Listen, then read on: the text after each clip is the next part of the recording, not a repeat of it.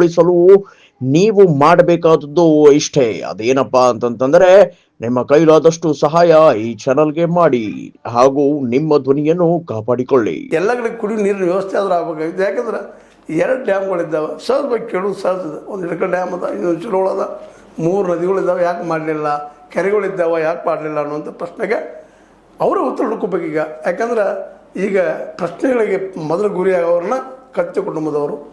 ಅದಕ್ಕೆ ಕತ್ತಿ ಕುಟುಂಬದವರು ಇವತ್ತು ರಾಜೀನಾಮೆ ಕೊಡೋ ಪ್ರಸಂಗ ಬರಲಿಲ್ಲ.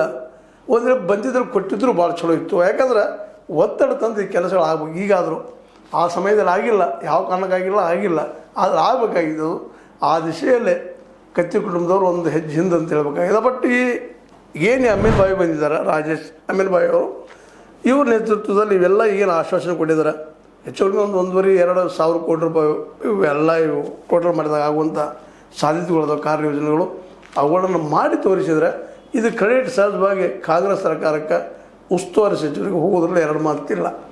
ಇದರಿಂದಾಗಿ ರೈತರು ಸಹಜವಾಗಿ ಈ ಕುಟುಂಬಕ್ಕೆ ಮತ್ತು ನಮ್ಮಲ್ಲಿಂದ ಕುಟುಂಬ ರಾಜಕಾರಣದ, ಯಾಕಂದ್ರೆ ಒಬ್ಬ ಸಾಮಾನ್ಯ ಜನಸಾಮಾನ್ಯ ನಿಂತ ಶಾಸಕ ಆಗೋ ಪರಿಸ್ಥಿತಿ ಇವತ್ತಿನ ವ್ಯವಸ್ಥೆಯೊಳಗಿಲ್ಲ ಅಂತ.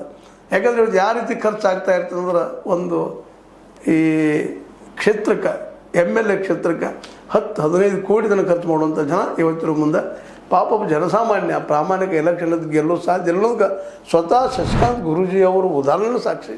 ಅವರ ಸ್ವತಃ ನಿಂತು ಬಿದ್ದಿದ್ದೇ ಸಾಕ್ಷಿ. ಯಾಕಂದರೆ ಅವರು ಪ್ರಾಮಾಣಿಕರು, ಒಳ್ಳೆಯ ಮಾತುಗಾರರ ಜೊತೆಗೆ ಜೀವನವನ್ನು ಪ್ರಾಮಾಣಿಕ ತೆಗೆದಂಥವರು. ನನಗೆ ಬಂದಿದ್ದಕ್ಕೆ ಅವರು 1200 ಅಂತ ಹೇಳಿದರು ಒಂದು ಇಂಟರ್ವ್ಯೂದಲ್ಲೇ. ಅದನ್ನು ಗಮನಿಸಿದಾಗ ಇಲ್ಲಿ ಪ್ರಾಮಾಣಿಕರಿಗೆ ವೋಟ್ ಹಾಕುವಂಥ ಜನ ನಾವು ಅಲ್ಲ ಅನ್ನೋದಂತೆ ಸ್ಪಷ್ಟ ಆಗ್ತಾಯಿದೆ. ಇದು ಎಂತ ಬರ್ತದೋ ಗೊತ್ತಿಲ್ಲ.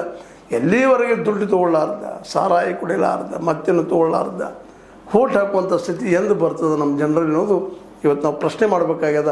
ಯಾಕಂದರೆ ಶಶಿಕಾಂತ್ ಗುರೂಜಿ ಅವರನ್ನು ಸೋಲಿಸಿದವರು ಇನ್ಯಾರನ್ನೂ ಪ್ರಾಮಾಣಿಕ ಸೋಲಿಸೋದು 2 ಮಾತಿಲ್ಲ. ಸ್ವತಃ ಭಾಳಷ್ಟು ನನಗೆ ಅನಿಸಿದ್ದು ಉಂಟು. ಸ್ವತಃ ಗಾಂಧೀಜಿಯವರು ಬಂದು ನಿಂತರು ಸಹಿತ ಇವತ್ತು ಗಾಂಧೀಜಿಯವ್ರಿಗೆ ಗೆಲ್ಲೋ ಸ್ಥಿತಿಯೊಳಗೆ